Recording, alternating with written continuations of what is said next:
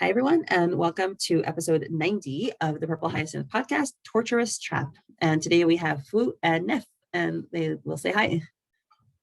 Hi, I'm 𝗪𝗡. I've been a fan of Purple Hyacinth since November of last year, I think, and I've been analyzing it on a week-to-week basis since, and writing theories that I am very excited to discuss here. Hello, I'm Fwoot. I've been here a couple times. Hopefully you guys know me, and I love theories and discussing them. Oh, yes. This one has a lot. Okay, so let's get started. So Lauren unfolds the note that she received. She opens it up, and it says, "Meet me under Lawrence Bridge tomorrow at midnight, S." So we know the name of another bridge. That's great. And we now have they're under the bridge. Lauren is handing Sandman an envelope. She says it's the only copy as far as I know. Then they're kind of like, she's in detective mode. She's wearing glasses. She's kind of in disguise, which I find very funny. And she's like handing it over. It's a little bit humorous. He opens it up. He says, "Good." And then he tells her, "I found the woman you were looking for." And he says her name is 𝗪𝗆𝗆𝗆, 45 years old, living in the 11th district. Pretty unremarkable background, never suspected to be a part of the Phantom Scythe. And Lauren's writing this all down. She's had several jobs as manager and is currently the director of the glass factory on Sherbrooke Street in the 11th as well. 𝗪𝗆𝗆𝗆𝗆, yes, she's involved in the, let's discuss this once we're done these panels. She's involved in the import and dissimulation of nitro in the 7th operation, but I know nothing more for now. So what do we make of this information? You think, I'm not too familiar with my bombs, but is glass required to make bombs? I don't know, and I did not think to Google it. Why? Because what do you know about glass? I don't know. I just feel like, if you put it in a bomb or something explosive, when it goes off, it's going to send shards everywhere. And that is my very unprofessional opinion on it. Yeah, I mean, terrorists, like when they do at-home bombs, they usually put stuff in like nails to do the most damage. So people do that. Yeah, so, oh, I see it, right. Could be. But now we know we have like another piece of the puzzle of like what they're planning. Doesn't sound so great. Mm-hmm. Yeah, and I find it interesting that she lives in the 11th district and that it's pointed out because like you say a lot, Lauren's in the 11th district, the 11th district is wealthy. So, who this woman is, what her motivations are, I'm sure we'll find that out. But if she grew up rich, we don't know, but she's living in a wealthy place right now. Yeah, it's a very interesting thing because, we stereotypically sort of think of that the PS would be made of like mainly lower class citizens, but a lot of people being revealed right now seem to come from very wealthy areas. Yeah. And I mean, we don't know her background, and yeah, I mean, I think at this point, because the Phantom Scythe is like kind of the secondary organization in our 𝗪𝗆𝗆𝗆, it just will start to attract people who want power, which is what Kieran says also, because they just want to be in on the system that may come rule next. So they're like, okay, I'm just gonna go throw my vote in with these people. They think that the PS will prevail, and they want to be in the favor of the leader because they know that they would be the leader's top target. Yeah, but also, or just power hungry people. They just want to be in power for whoever's there. Logically, it makes sense for them to work with the PS. I don't have much faith in the government currently, huh? So now she asks him, "I see, thank you. How are your Phantom Scythe files coming along? And when are you thinking of releasing them?" And he says, "By the end of this month, if I live until then." And I was like, oh no, you just know he's not going to live until then. And those files will never see the light of day, and nobody's going to get brought down, and nobody's going to see justice. And it's going to be like such a hand-wringing, frustrating thing. We're like, he has the files, and then he's dead. Do you agree? I think it might be, honestly, I think he'll die in the process, but Lauren will save the files. Someone's going to save the files in the process. You know, maybe it might be 𝗪𝗪𝗓, but you never know. I do think someone's going to save the files, and it will end up being something like the Snapdragon pamphlets, where they expose a ton of things, and it's going to be like, oh dang.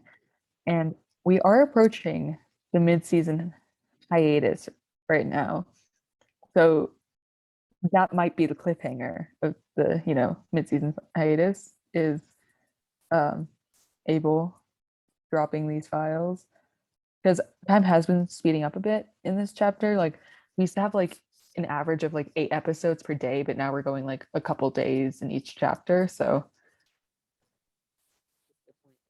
time is definitely speeding up, and we're not really going at the same pace as we were in late season 1, early season 2. I was wondering about Sandman's choice of words by saying by the end of the month.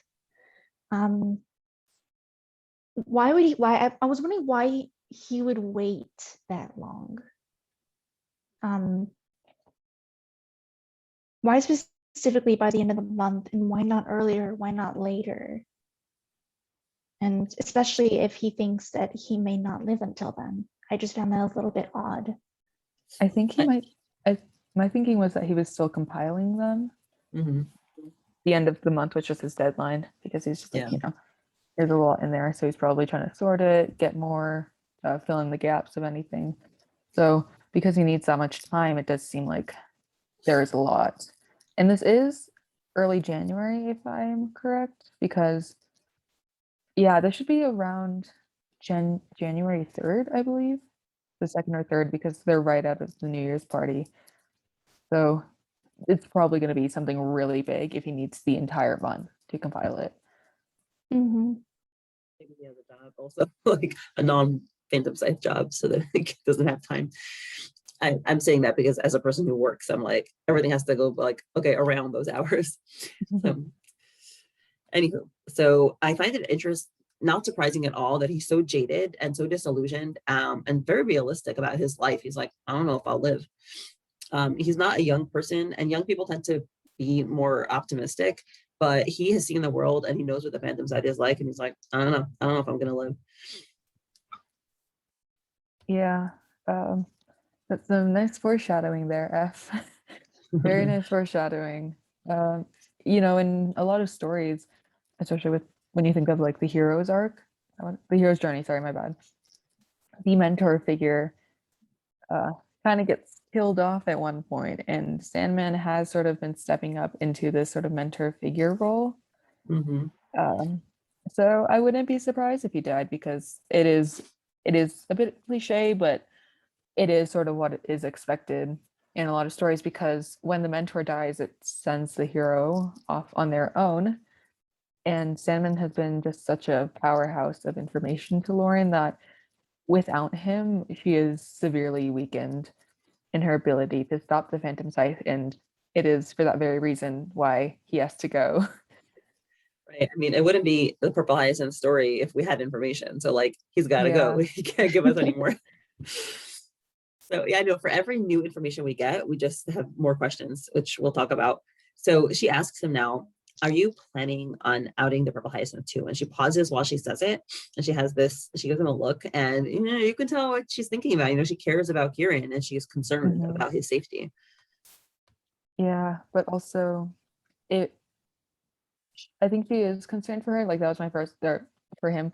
That was my first thought when I saw her say that. Like, she's like, oh, like, because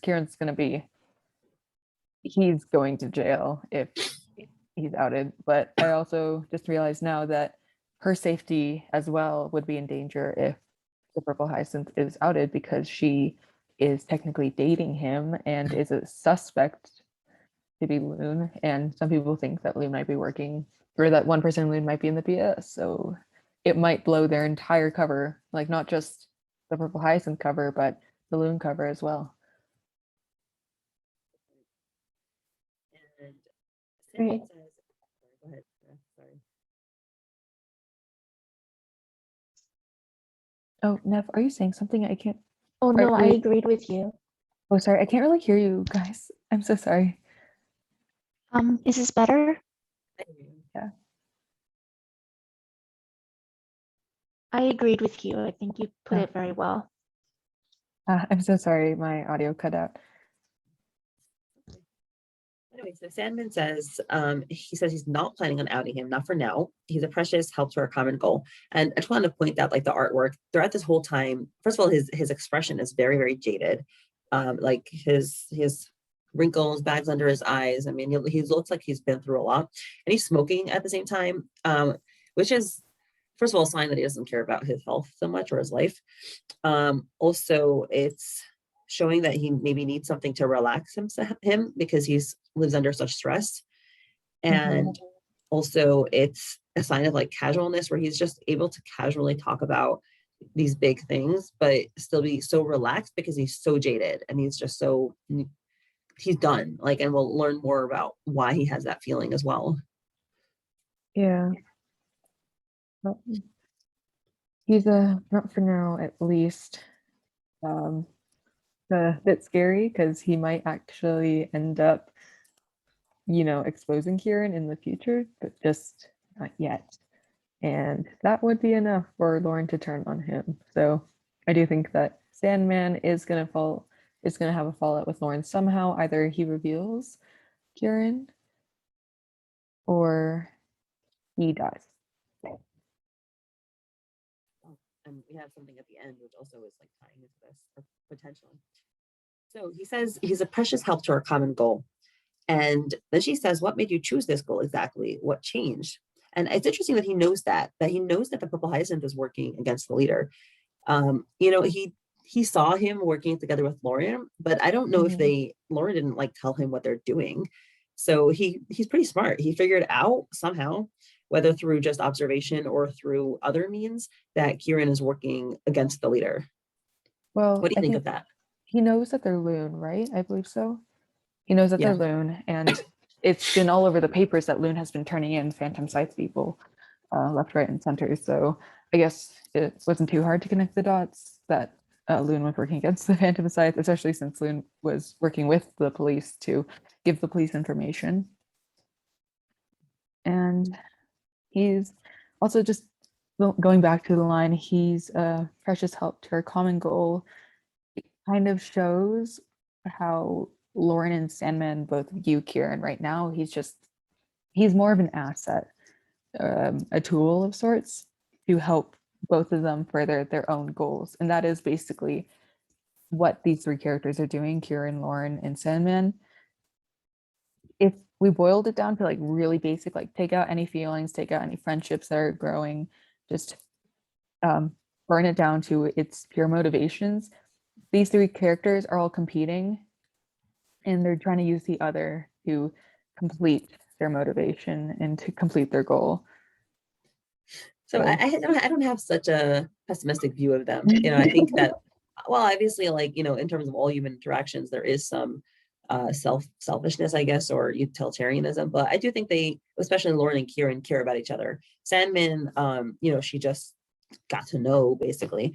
But I mean, it's evident a little bit later on that she does have human feelings towards him. But I mean, I'm not so I don't feel like they're so mercenary. But like, if their motivations at this time and why they are partnering up, it is to use the others to further their own goals. Like, that's true. Kieran started this whole thing off like with the deal where they weren't supposed to get personal, they weren't supposed to be friends, it was just business. They were both going to use each other's help to do whatever they needed to do. We don't know Kieran's motivation, but we did know Lauren. She basically wanted revenge and to take down the Phantom Scythe because, you know, they're a terrorist organization. And so she knew that she needed Kieran's help to achieve that, which is why she partnered up with Kieran.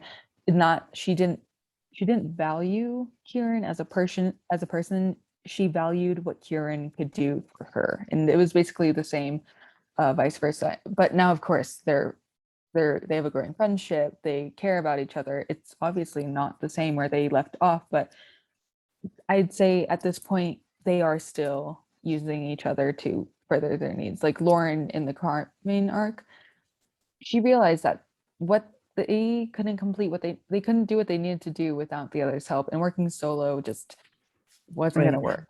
And now actually, Sandman is trying to get in on their partnership because they, I guess, I don't know, I have to reread the circus arc, but they're more effective at doing things than he is and at taking down the Phantom Scythe. And he wants to aid them because taking down the Phantom Scythe is also sort of his goal as well. I have Or a, he wants to repent, and after he takes down the Phantom Scythe, he wants to go to jail. sorry, I have a slightly different point of view on that.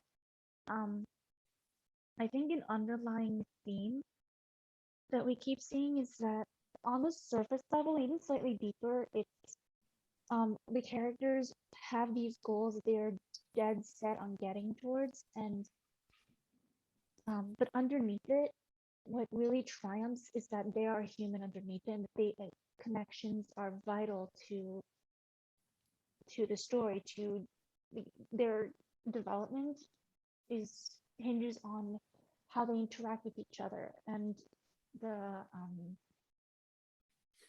fact that Kieran's humanity is so important, the fact that Kieran and Lauren are exploring this extremely gray area of not necessarily moving on from what happened in episode 43, but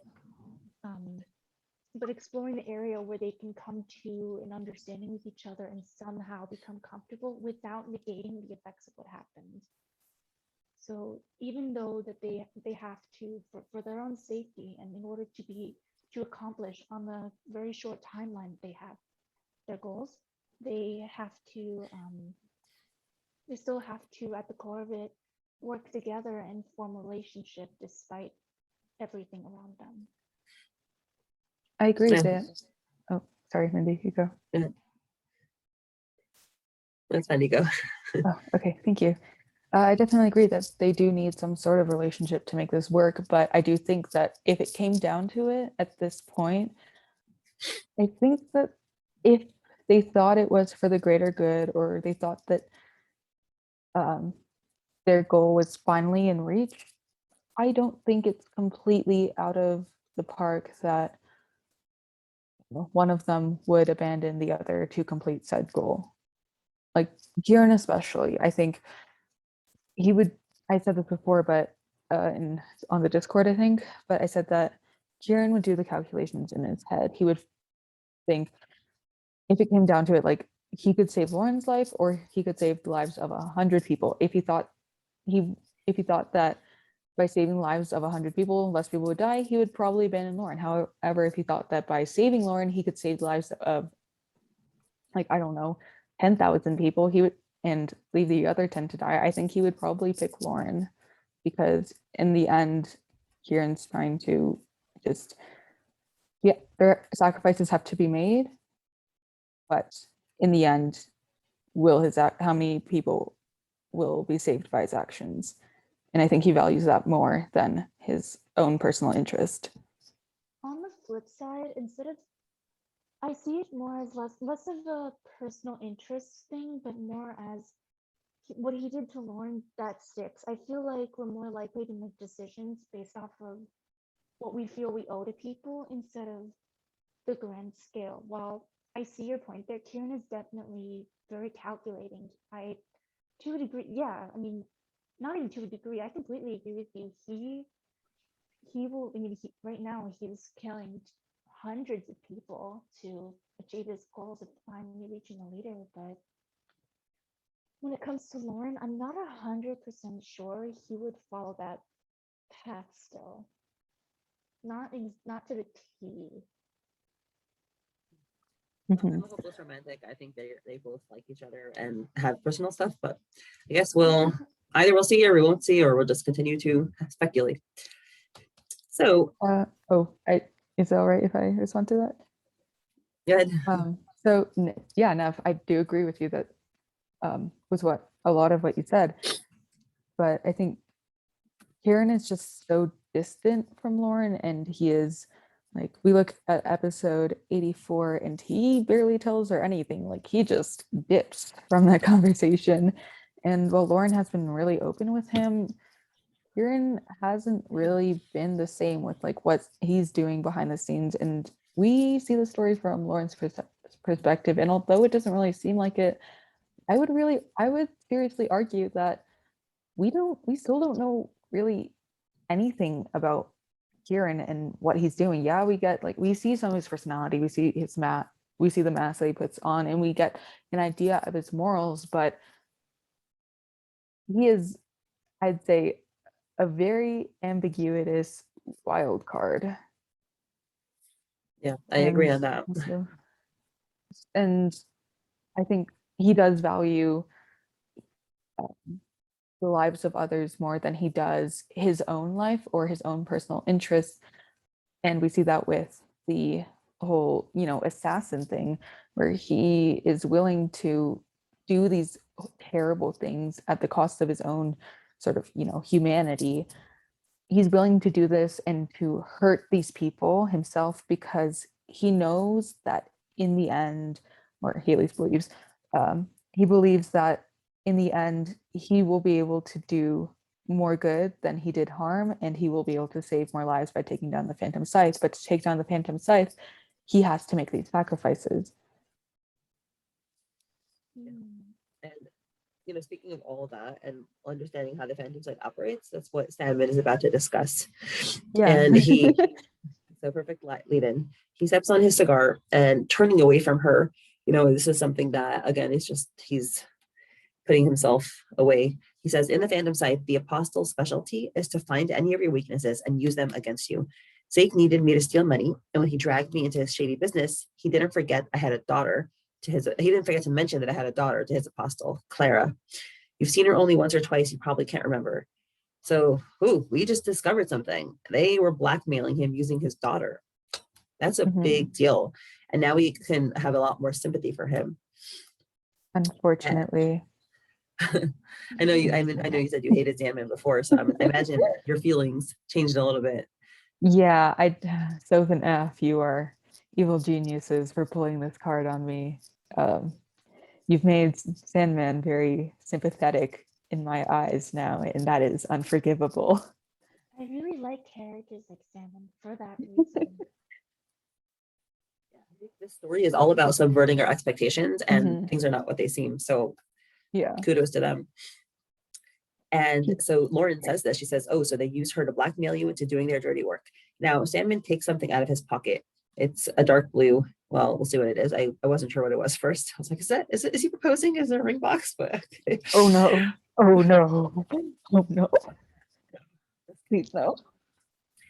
And he says, I'm far from being the only one to use this tactic on, which, again, not surprising. We know that Kieran was blackmailed. So yeah, they use people's loved ones and get people to do bad things because they're desperate.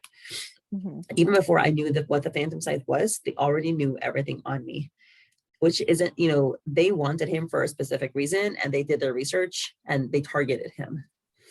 So we don't know, was it because of his position in the household of Lauren's parents, or was it because of something else, right? I mean, there's could be another surprise that we just don't know yet.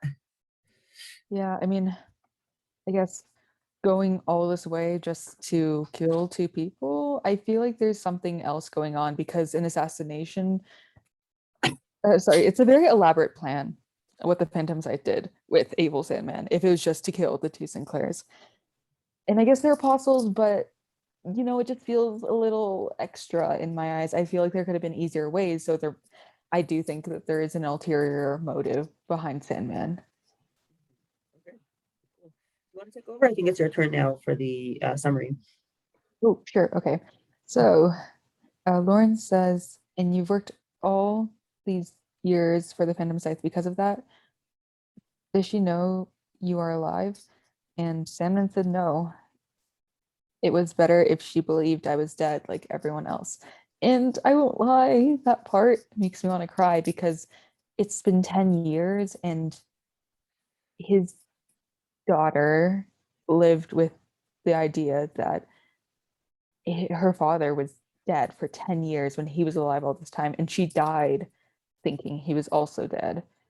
And he had to live with that knowledge, knowing that she thought he was dead and knowing that she died thinking he was dead.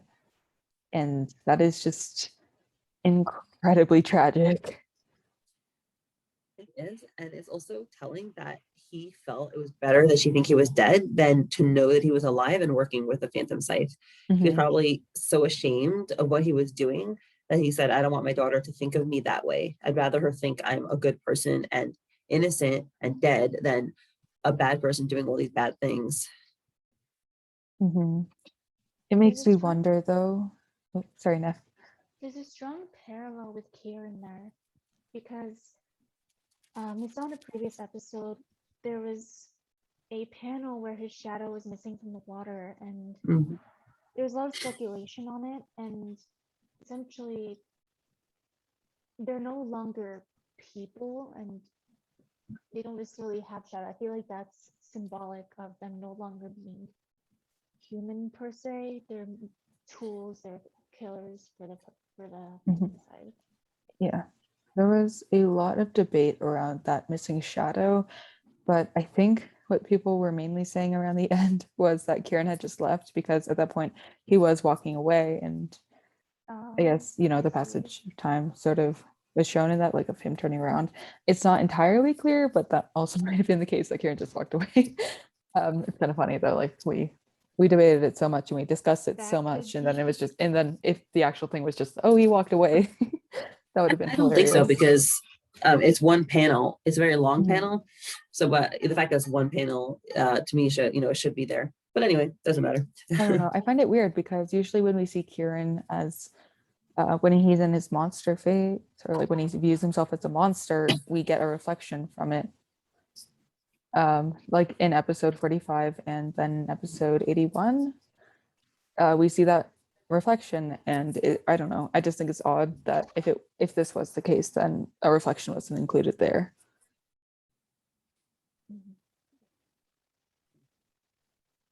I guess to the next panel. So Sandman says, Clara, you know, he's breathing out his cigar. And he says, I used to take her skipping stones every day. She wanted to learn so badly. Kids. I thought it was silly back then, but now I treasure those memories a lot. Clara was the only thing I had left. I watched her grow from afar, marry into the noble Grayson family, become a lady. I later realized she had started working as a double agent for the APD too. I wish I could have been there to prevent her. And Lauren says, Grayson, where have I heard about it before? And Sandman says, he's staring up to the moon right now. He says, you asked me what changed. Well, 2 months ago, on the night of November 13th, we see a flashback to episode 1 of when Kieran killed Lady Grayson. Sandman says she was assassinated by none other than the Purple Hyacinth. And I think I'm going to pause it there because there's a lot to talk about there. Honestly, my first thought is a bit of an existential crisis, because Sandman's, what he's saying right now is just so profound, and it's this really emotional message of how reminding us that we need to cherish the people we love and we need to spend time with them, because, you know, eventually they'll be gone.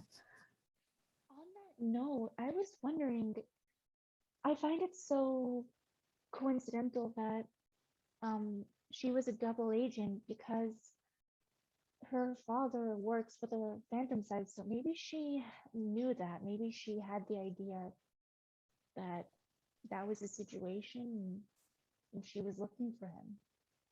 Interesting.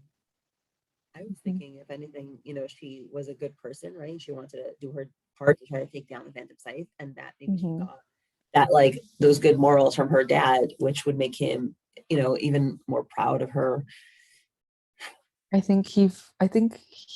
that's what I was thinking earlier. It's like, I wonder if Sandman was proud of her in a way, but I also think he was really disappointed in himself because he wasn't able to stop her, and in the end, trying to do good, and it got her dead. And Sandman, he might think that the same will happen to him, And, you know, it is a risk here in this story that it is, and we see it with Loon as well, that in the pursuit for justice, we must take risks. And although things may not seem great, the most important thing is to persist and to keep going even when things seem bleak. And even though there is so much loss and so much tragedy in the fight for justice, you cannot stop. Well, very well said.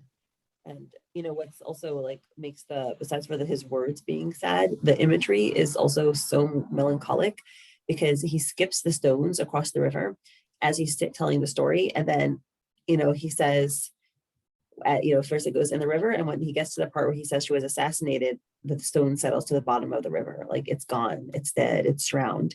It's this beautiful parallelism in the imagery and the text. Yeah, so finesse.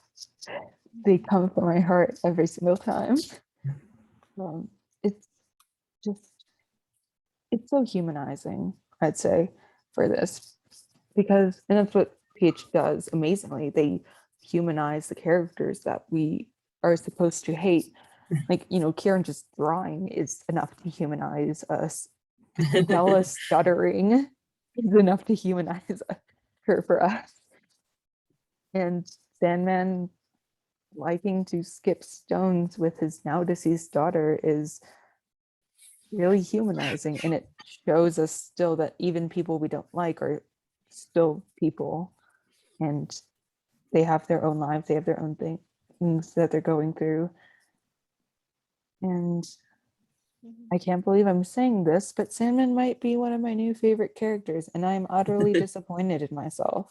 I think it's about change. Fwoot, you're open-minded, your heart is open, you're taking in new information and reevaluating your assessments. Perfect. Yeah. The weird thing I have to say though is when we started off the series, Lady Grayson's name was Rosa, but now it's Clara. I think someone said her name might be like Rosa Clara Grayson, like it was her middle name or something, but honestly, I'm not sure. It might just be a continuity mistake. There's so many things going on, right? It's probably hard to keep track of. Yeah, I mean, there's a ton of details already, so I'm impressed they haven't made an error before. All the timeline's a little screwed up, but it's a pass. It gave us this, the timeline may be a little bit messed up, but it gave us the New Year's party, and so it is forgivable. But I don't know, like when Sandman says like she wanted to learn so badly, haha, kids, like he's reminiscing. He was a father. He had his daughter, and just thinking about how Sandman played a part in some kids' deaths too. Imagining the guilt he felt after that, because he knew as a parent what it was like to lose a child, because at that point he had basically lost Clara, because she thought he was dead, so he had lost her in a sense, and knowing he caused the same pain to others and understanding what it felt, oh yikes, straight for the heartstrings. He explains why he's so jaded now. It's just all pushed down. Yep. Okay, next part. So we get another flashback to Lauren in episode 1 near the end, and she says, "Hello, Officer Sinclair here. An emergency. What happened?" She frowns and she says, and then we get a cut to Will trying to comfort the Grayson maid, and he's saying, "Miss, please try to stay calm. You're safe now. You did the right thing calling us right away.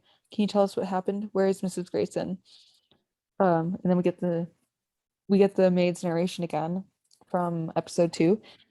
She says, "I wanted to make sure everything was all right, but then I saw blood, so much blood, and a limp hand sticking out of the door frame, and I things." Yes, I remember. We get a cut to, I believe, episode 7, And it's Herman giving the briefing, and he says, "Good morning to all. As many of you already know, 2 of our double agents were murdered last night in the 11th precinct." And Lauren thinks, 2 people were murdered that night. I chased after the Purple Hyacinth. Lady Grayson was his daughter? And then Sandman says, "Like I've told you, from that point on, I had nothing more to lose." Lauren says, "I'm sorry for your daughter." And then she pauses for a moment and says, "You are a strange man, Sandman. You killed my parents, and yet you come back 10 years later to help me in the killer of your daughter." And Sandman says, "Ironic, isn't it? There is one thing you have to understand about the Phantom Scythe. When you are given an order, even if you don't execute it, someone else will. It is a fate the victims cannot escape. A fate that will be yours too, or that of the people you care about, if you refuse to obey." Mhm. I guess I'll just get through this entire thing. I guess. Sorry, it's a bit long. I should have stopped earlier. And some people are more than happy to carry those orders to completion. Believe me, some others, his flowers made me understand that him and I are 2 sides of the same coin. Lauren says, "What do you mean?" And she glances over to him. And Sandman looks up to the moon again, and he says, "Do you really think the Purple Hyacinth is leaving flowers next to his victims as a threat to the royals?" And Lauren looks pretty shocked at that, and she says no. So There's very, finally confirmation on that theory because it was never Mhm. confirmed before. very big brain moment there.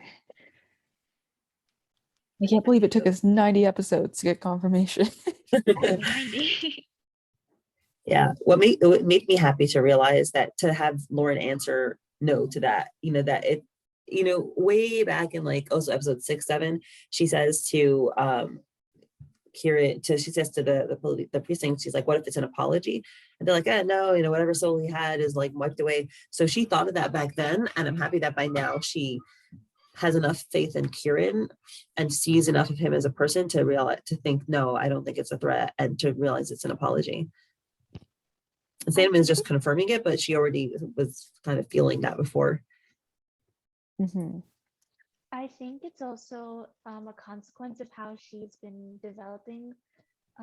We see that she's thinking a lot less in black and white, and she's realizing that people, her preconceived ideas of people, of groups of people, of the way things worked, it's being taken down and reconstructed into something that will, 1, make her into a better person, 2, help her understand the people she's fighting against, which may provide a twist for her character in the future, whatever that may be. Mhm. Very true. I really like how this topic is brought up in the comic.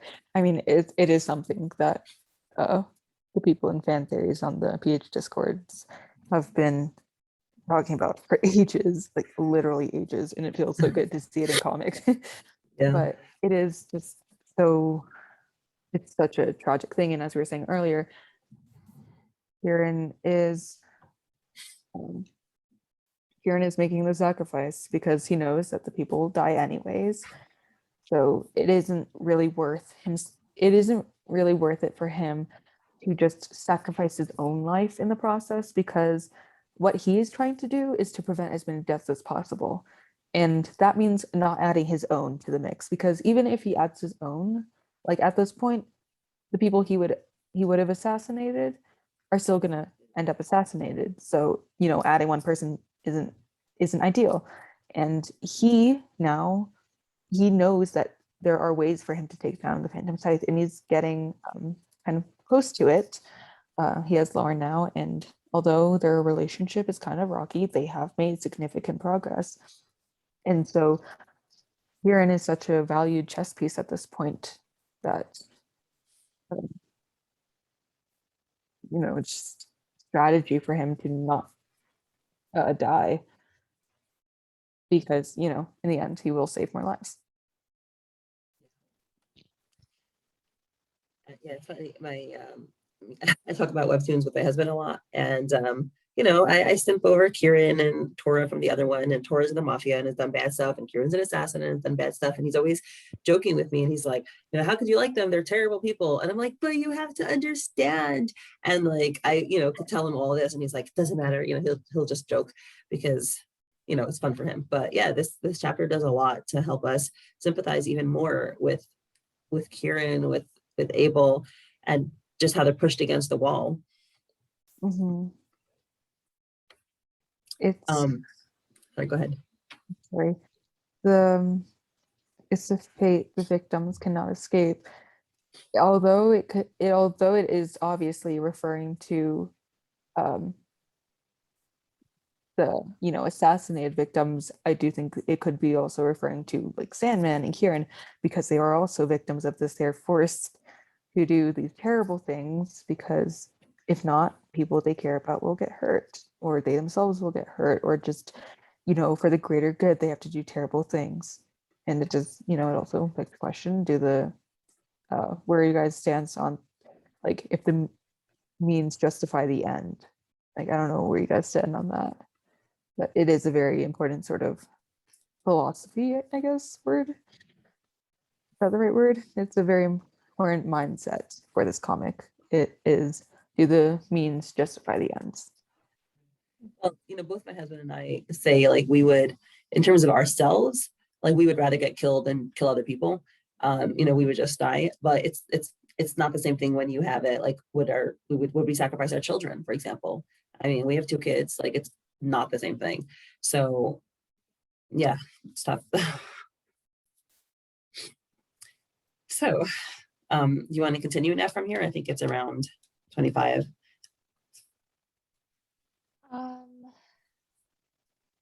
Sure, just a moment.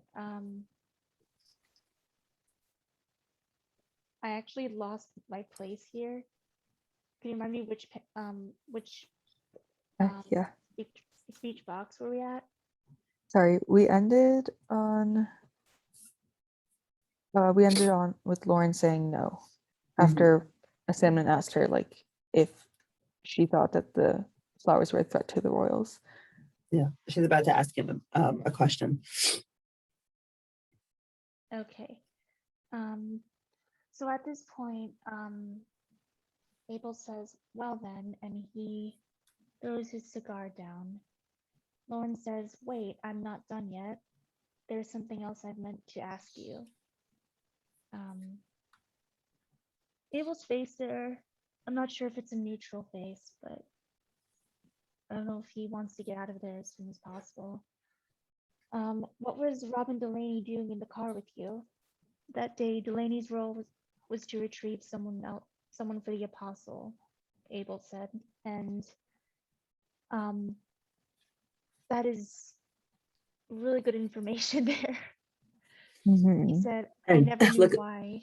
Don't know what happened after either, just that Delaney was killed. The apostle wanted the kid to be brought to him. The other was collateral damage. Ooh, boy. Lauren is now on high alert. She said, collateral damage, what do you? And from the distance, Lauren sees a sniper. And here we see her jump on instinct to save his life and push him out of the way. Now let's first discuss this before we get into that. Oh boy, more information. And notice their body language. He stops, right? And is she the one that's, it says tense? Is it about Abel or is it about Lauren? Both.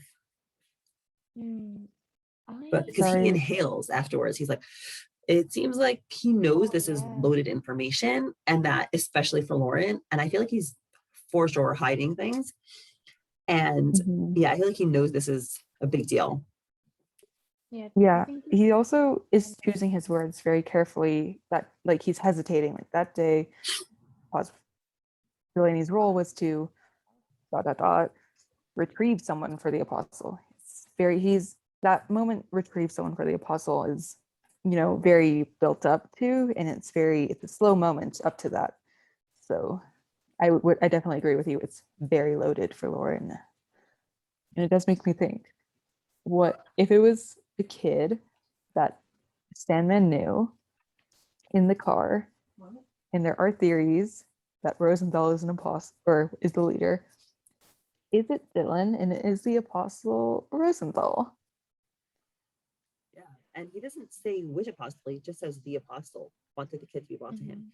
And it's interesting, right? He says the apostle, not the leader, right? So it's different than like you usually know about the leader giving orders, but now it's the apostle. So, oh my gosh, what, who, when, where, why? I think it might be Apostle 7, because that is the main apostle right now. For like, and they were talking about like the nitroglycerin earlier. So like the apostles, most likely, if I had to like bet on it, I would probably guess Apostle 7. So like, maybe Rosenthal isn't the leader himself, but he might be Apostle 7, and that's basically the same threat level. I'm going to be suspicious of Soph and F, and I'm like, maybe they're saying the apostle because it's like Apostle 1 or Apostle 3, and they're just going to throw us again for another loop, put us down one direction, and then we'll come to, see that as something else. So I always am very suspicious of them and their plans. But yeah, so kid 1 was wanted, kid 2 collateral damage. And it seems like, I guess there's 2. Like maybe we could still say there's more, but as of now, seems like there was 2. I had a bit of it's a little bit out of left field, but I had a theory on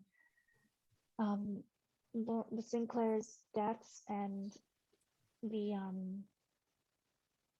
kidnapping. I was wondering if Lauren was the intended kidnappee, if you will. And since she wasn't there at the time, maybe Dylan was the one to take instead, and the other one was to serve. You remember from the beginning how there was a man on the pole with the words cut on his chest? So that would be one symbol, and then there's another. And I thought it would be somewhat fitting if that symbol, one was a man and one is a kid. No one really escapes from it, and I think that fits what the Phantom Scythe is kind of trying to send as the message. I was thinking that about Lauren.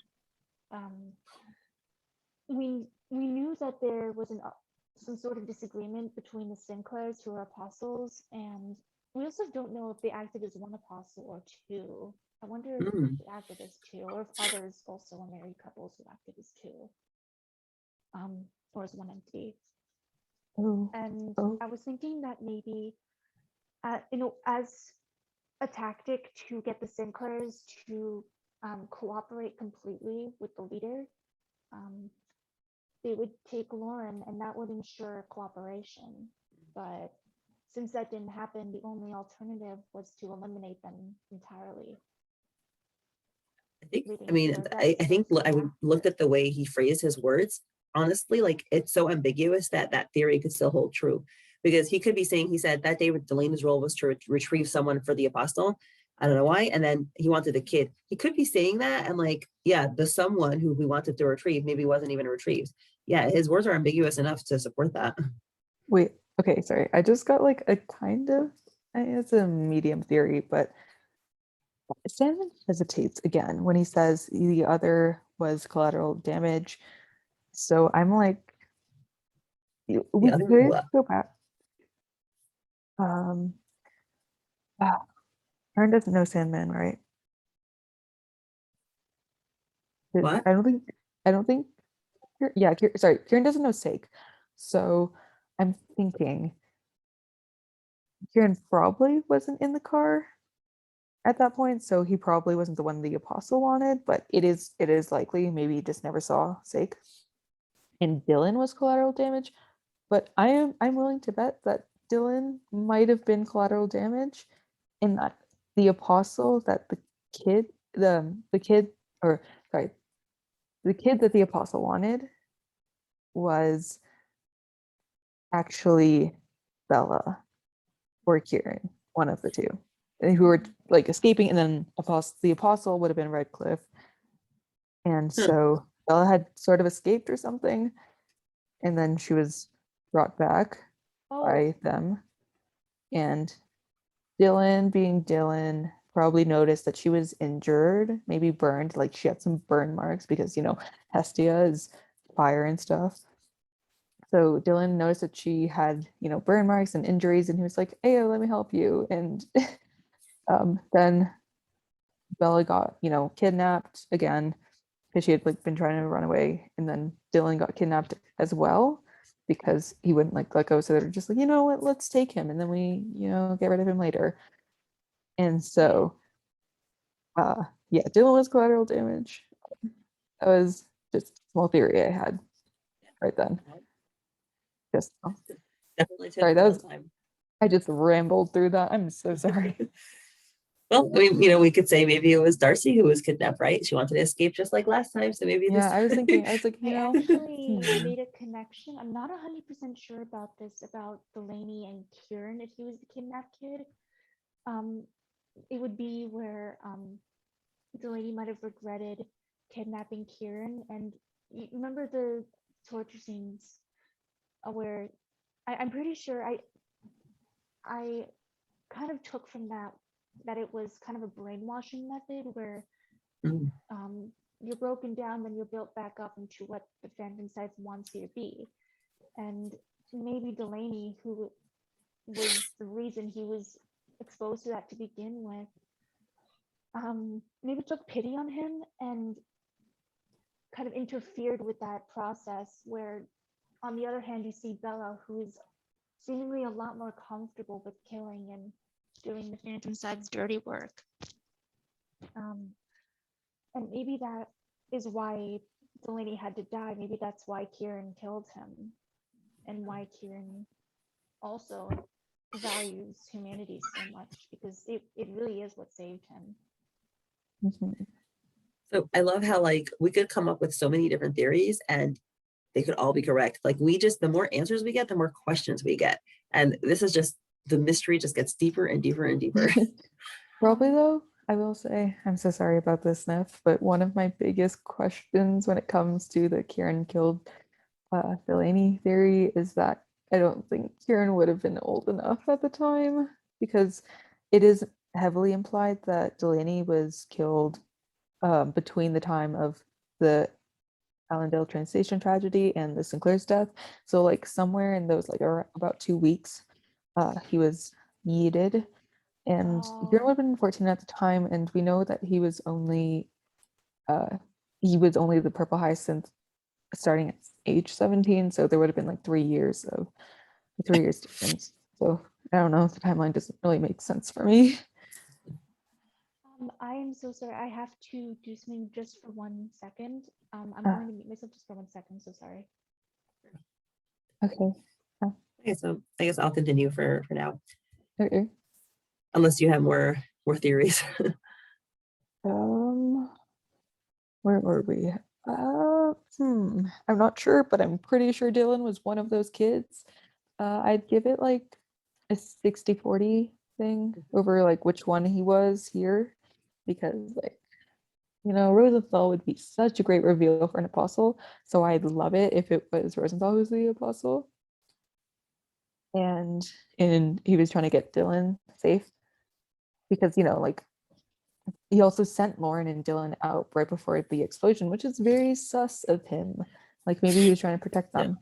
But he also told them he'll buy them cheesecake afterwards, and that wasn't a lie. So I was like, what? Yeah, that made me think. I was thinking about that.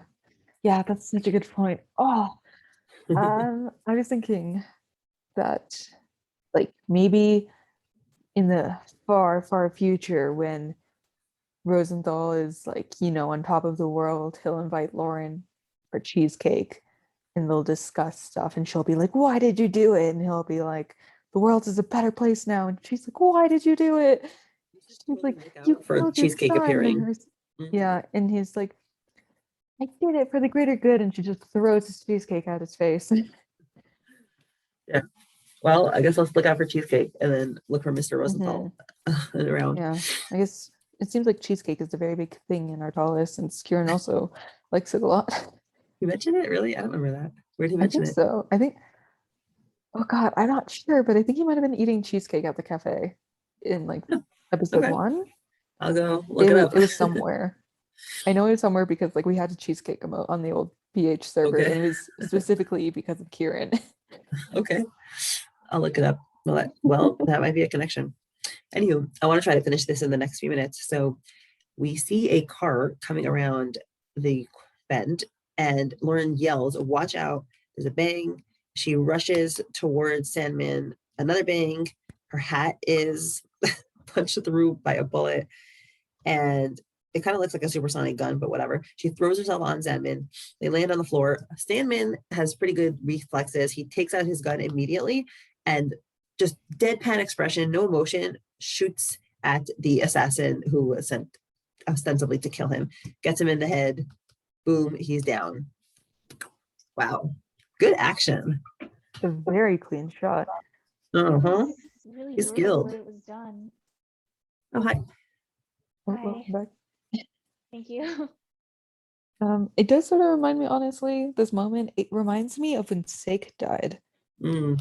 because Yes. Lauren was actually able to stop it this time. And I think I wouldn't be surprised if she thought of 𝗙𝗵𝗍 back then in that moment. You No, know what but I it was doesn't show it thinking? for us, but like, oh, Sandman just killed the dude, the assassin. So like, I think Lauren's still a bit on edge around Sandman, but again, she needs him for information, and he's been dumping a lot of it. So You have a very pessimistic view of these characters. I'm like, I just see it as Lauren being a savior kind of person who's just her natural instinct is to save people. And without yeah, even I think necessarily it's a thinking like with mix. 𝗙𝗵𝗍, like if she would have thought about 𝗙𝗵𝗍 back then, I don't know if she would have like wanted to save him, but she's just so compelled to try to help people. Mhm. I think it's a mix. I don't know. With PH, I'm just gonna assume the worst. So when the worst happens, I'm not gonna be disappointed or surprised. But yeah, I think it's thought definitely a that- mix because there's a lot of motivation behind what each of the characters does. A lot of it is emotional. A lot of it is just rational. So it was just generally in Lauren's better interest to save Sandman. I was wondering if Lauren was starting to get accustomed to watching people die in front of her. And maybe that it might be a very subtle foreshadowing. Not sure for what, obviously, but I was, because like you said about 𝗙𝗵𝗍, because she had a very strong reaction to that, but and it's not even the first time she's watched someone die in front of her. She's seen Kieran killed. I mean, when one episode she was covered in their blood splatter, but now she's not even really phased. So I think that's another form of development that she's undergoing. Yeah, it reminds me of what Kieran said in the last episode. I don't really remember the exact thing, but it was like Kim and Will discussing the 3 murders of those nobles, and Kim was like, it'd be enough to like surprise anyone, and Kieran was like, oh yeah, definitely, and it was a lie. Kieran has seen so much that it just, he isn't fazed by it, and this is what we're seeing with Lauren now. Mm-hmm. Also, just the gunshot, like the bullet being so close to Lauren's head in that one panel, it gives me so much anxiety.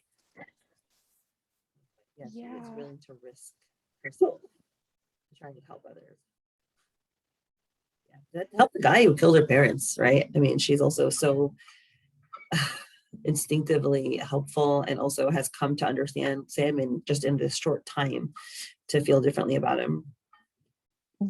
It's kind of like Lauren is I mean, I don't think she necessarily forgives him, but you kind of see what Kim said to Will about forgiveness. You can kind of see it here where Lauren is still willing to push that aside to save lives. I don't completely trust Sandman yet, but this is another great example of just this habit of Lauren where I've said this so many times, it might as well be my catchphrase, but the best way to manipulate Lauren is to be truthful with her. That's how you get her to do the things you want. Oh, 100%. Yeah. Very true. Does he? I wonder if he knows. He probably does. Yeah, He's he's very pretty smart. clever. Like, living in Yeah. that household, he probably figured it out. Mm-hmm. Oh no, my phone died. Oh, never mind. It just turned off. That was a scare. Okay, anyway, sorry, I'm back. Nef, do you want to continue? Sure. Which panel did we leave off on again? I'm so sorry. Says, what the hell was that? Oh, okay. A hitman. They're already on my back. But Lauren says, and Abel cuts in. We must never be seen together. Leave. I'll take care of the body. Leave. So Lauren does go, and that is the last we see of them. And I was wondering if that meant that they are actually going to meet up again, if that's the last they're going to be seen together, or I mean, they do have more. They have unresolved business. So I was wondering if they're going to have to get very creative and what exactly that would look like.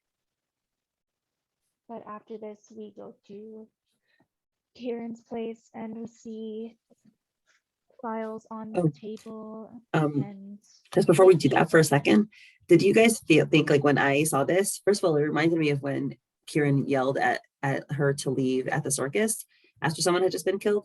Mm-hmm. And yeah, and also I feel this is just like typical Purple Hyacinth frustration. She's about to get some more information. Here's a guy who has information who could help her, and she can't. Once again, she has to leave before she gets more information. It's like, ah! Watch him actually die before they meet again. That would be so unfortunate for her. Life is just not easy for her to get what she wants. Yeah, sorry. So you can go on. honestly, Sorry.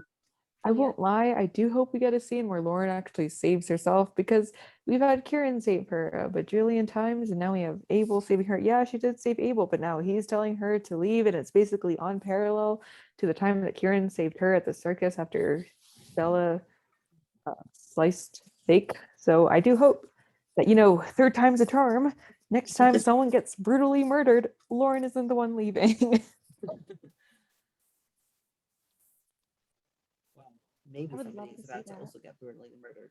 You can continue that because we have something that maybe relates to this. So right now we switch to Kieran's place, and he's on the couch reading a book, and we see again his classic shirt, except it's black this time. And we see behind him a door, and underneath the door an envelope was slipped to him, and Kieran catches notice and picks it up, and we see the Phantom Scythe symbol on it, and that is the end. Look, that panel, like that first panel with Kieran in that black shirt of like his normal shirt, he looked great in it, but I must say, I could hear the Kieran Simps screaming when I saw that panel. They were hollering in my ear. If Bella can do it, Kieran can rock it too. Yeah. Oh, I am a big fan. Yes, indeed. I am a Kieran Simp all the way. He is too young for me. I will say he is too young. I would rather go with Doc and Tristan because they're more my age. But yes, enjoying it. Yeah. So guys, what does it say on the note? Well, I actually had a small theory on it, but I'm not 100% sure. Wait, what's on it? Or sorry, yeah. What's your theory? It's somewhat related to it. I'm sorry, give me a moment.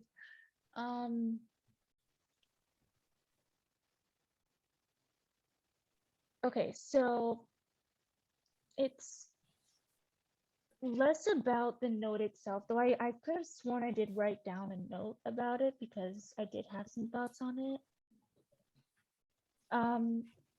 My theory more about the episode as a whole, though I think it did come from this.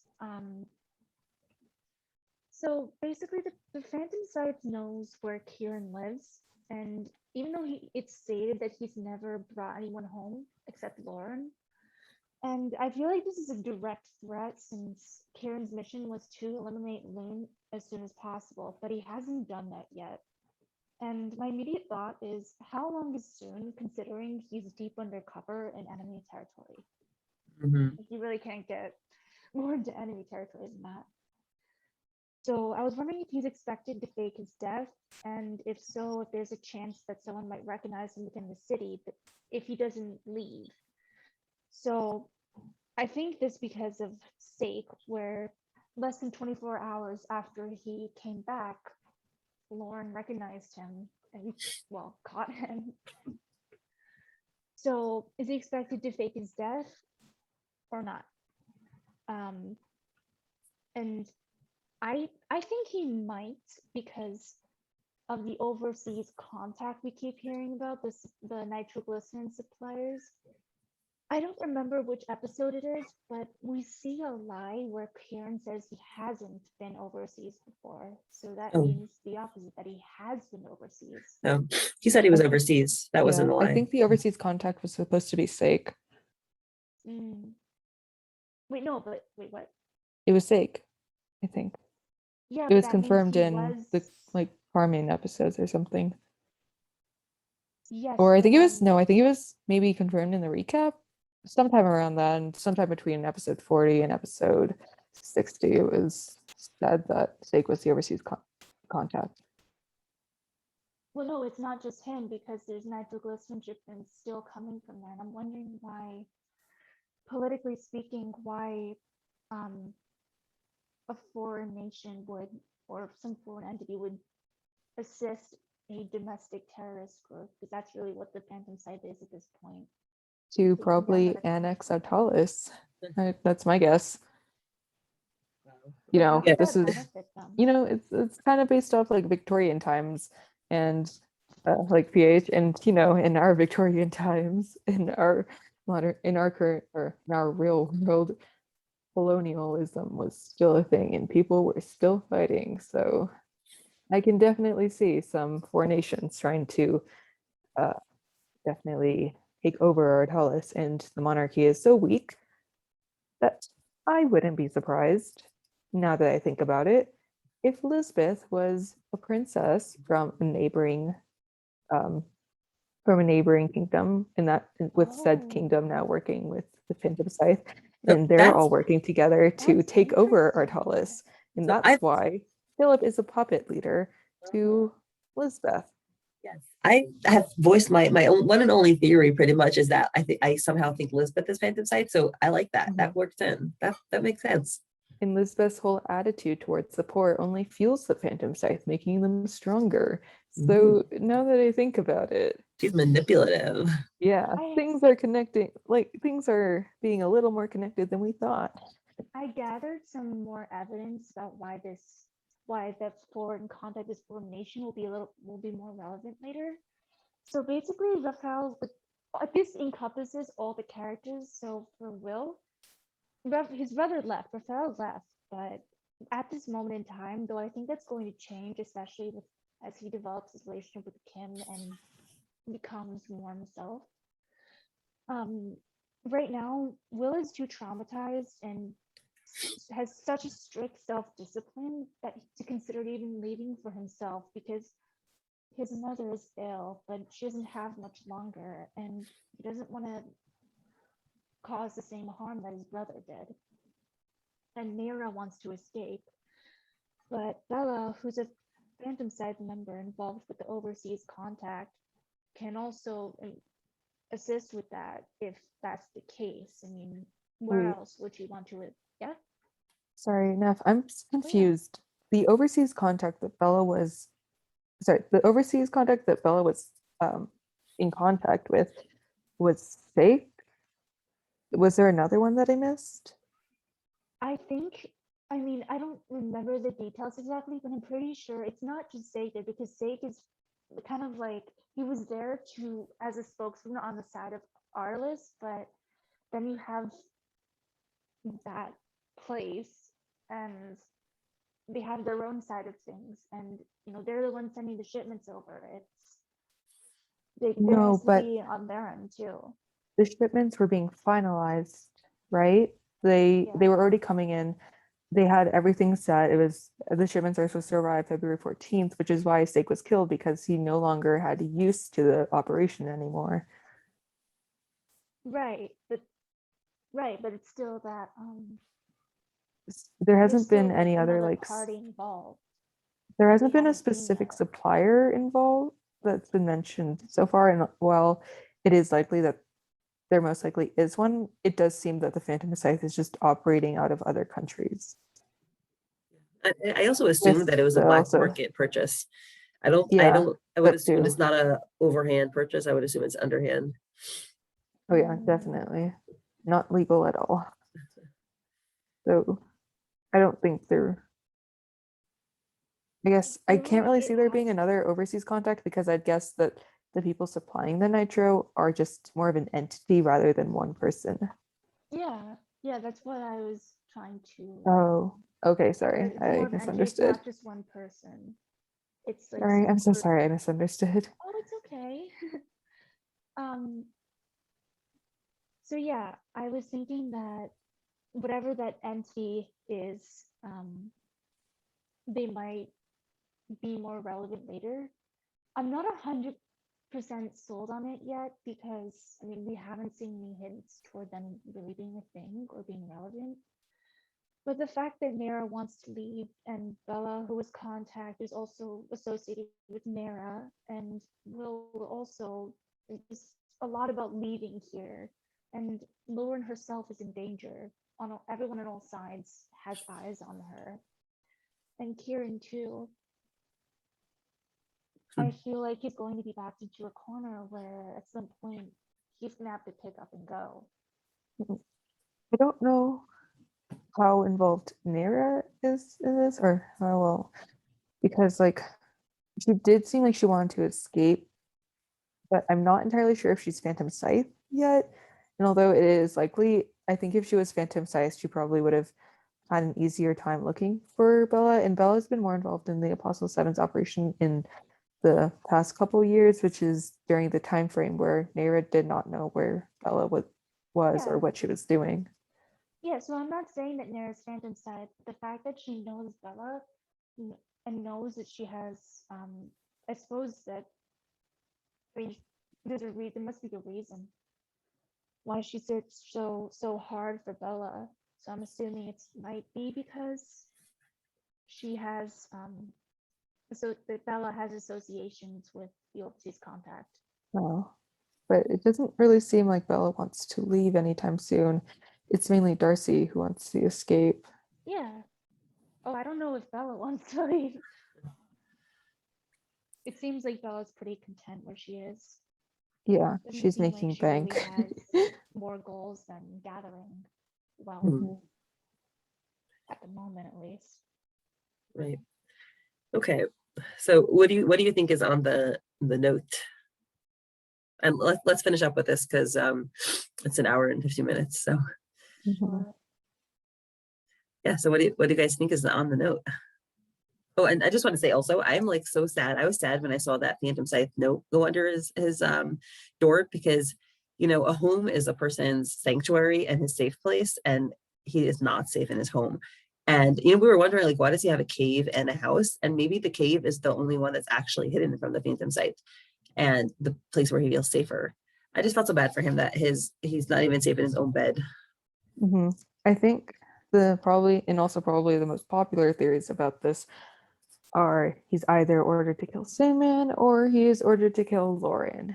And him being ordered to kill Lauren would just parallel so nicely to 50 episodes ago when he was ordered to kill Loon, and that must be great for Lauren. Oh, God. I hope Lauren finally talks a little bit more to Kieran. I mean, to tell him, okay, you may be in danger.